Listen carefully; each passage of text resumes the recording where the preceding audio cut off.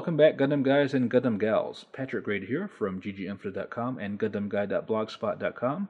And today I'm very happy to bring you the preview video for the newest Real Grade kit available from Bandai, the Real Grade Zeta Gundam.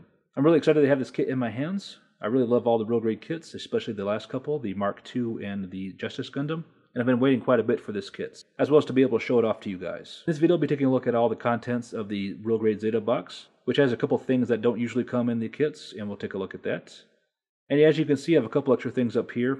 The Gundam Ace magazine that comes with the display base for the Zeta Gundam. And I'll be taking a look at that soon in a different video. Stay tuned for that one as well. So let's go and start taking a look at the contents of the box and see what's in there. So taking a quick look at the 4-color A-plate, we have the secondary color of white here. That's very light gray. I have a very vibrant yellow down here for the trim pieces and vents, as well as some lighter gray pieces here for other details. Back of the front skirts, the vents and the legs, and a couple different detail pieces here. So a lot of good panel lines etched into plastic. And we have a couple pieces of light clear blue plastic for the eyes and cameras. Haven't seen that color, I don't think, before, so that's pretty neat.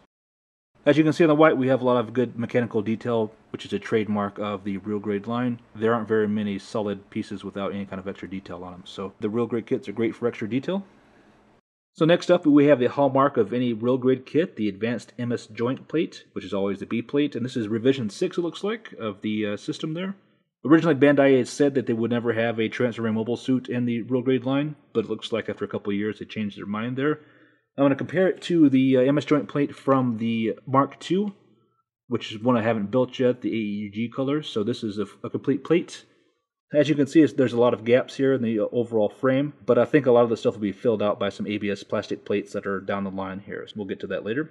I read somewhere that the shoulder joints on this kit are pretty fragile, and I think you're supposed to play with it a little bit before you start moving around with the kit completed, but I'll try to get more information on that when everything's put together and showing off the review. So a pretty unique plate here for the Zeta Gundam. So next up we'll take a look at the blue plates, the two D plates which are identical. They have parts for the shoulder armor and the wrist armor, as well as a couple other odds and ends here.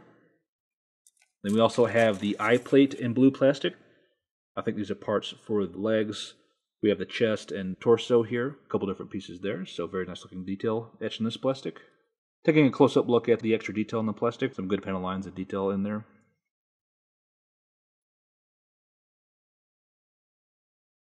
So next up we have the H plate here, which is full of bright white plastic. All the white outer armor is on this plate. A lot of good detail there on the legs. Then we have the two different sides of the head, some of the waist armor, front and back skirts it looks like there. A lot of detail on these pieces, of course. So next up we have the Black Sea plate, which is a non-traditional color for the lead Gundam suits, or at least this much of it. A lot of pieces for the Wave Rider form, the wings, and the weapons, and the shield, and a couple different odds and ends here.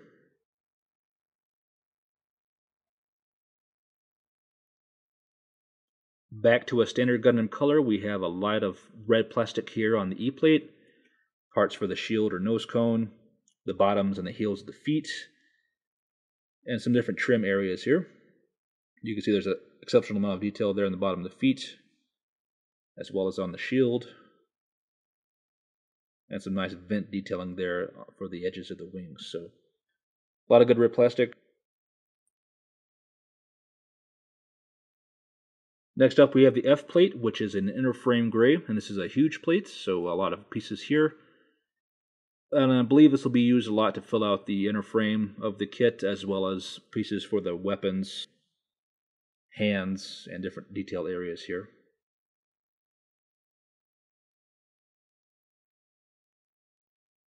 So next up we have some more inner frame gray plastic on the G plates. Just a couple joints and odds and ends here, nothing too much to talk about.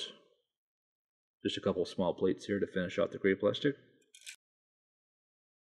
We have a couple of clear pink plates here for the beam saber blades. A couple short ones and a couple longer ones. Standard issue stuff here. Another staple of the Real Grade kits is this fantastic sticker sheet here. We have a lot of foil stickers over here on the right side, silver and copper, as well as a few variations on the eye stickers depending on how you want to do your own, as well as a typical complement of marking seals here, warnings, arrows, and all that kind of good stuff.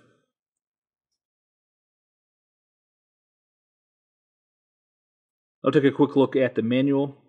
This, of course, is the standard world grade quality of manuals.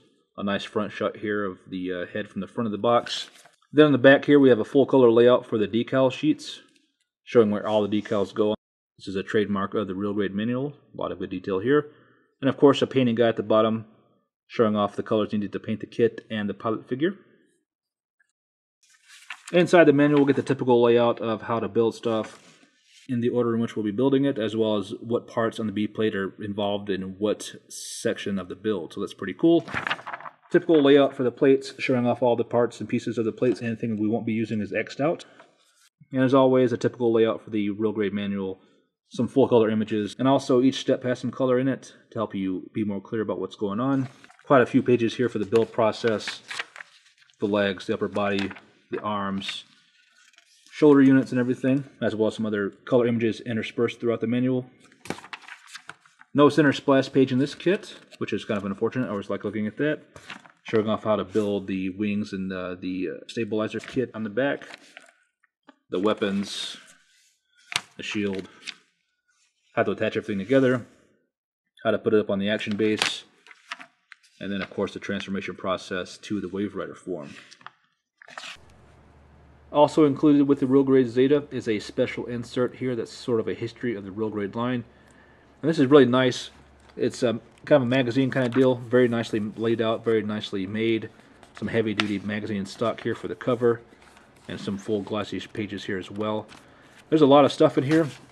A lot of cool artwork and line art. A lot of nice pictures showing off some montages using the kits and CG work and stuff. Here's a picture of the line art for the Destiny Gundam, all nice and shiny blue. A breakdown of all the kits and special features and stuff of each kit. More artwork and CG work and stuff. So this is really cool. I love this kind of stuff. I didn't know it was coming with the kit, so it's a complete surprise.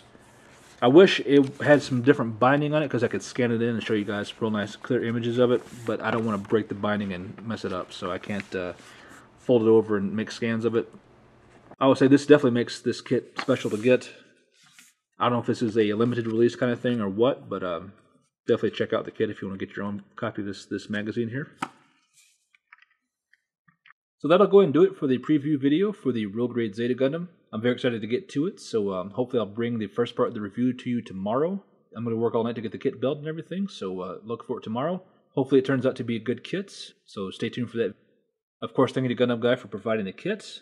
Let me know what you think of the real grade line, this particular kit, and everything with a comment down below. Stay tuned for more videos, and I will see you soon.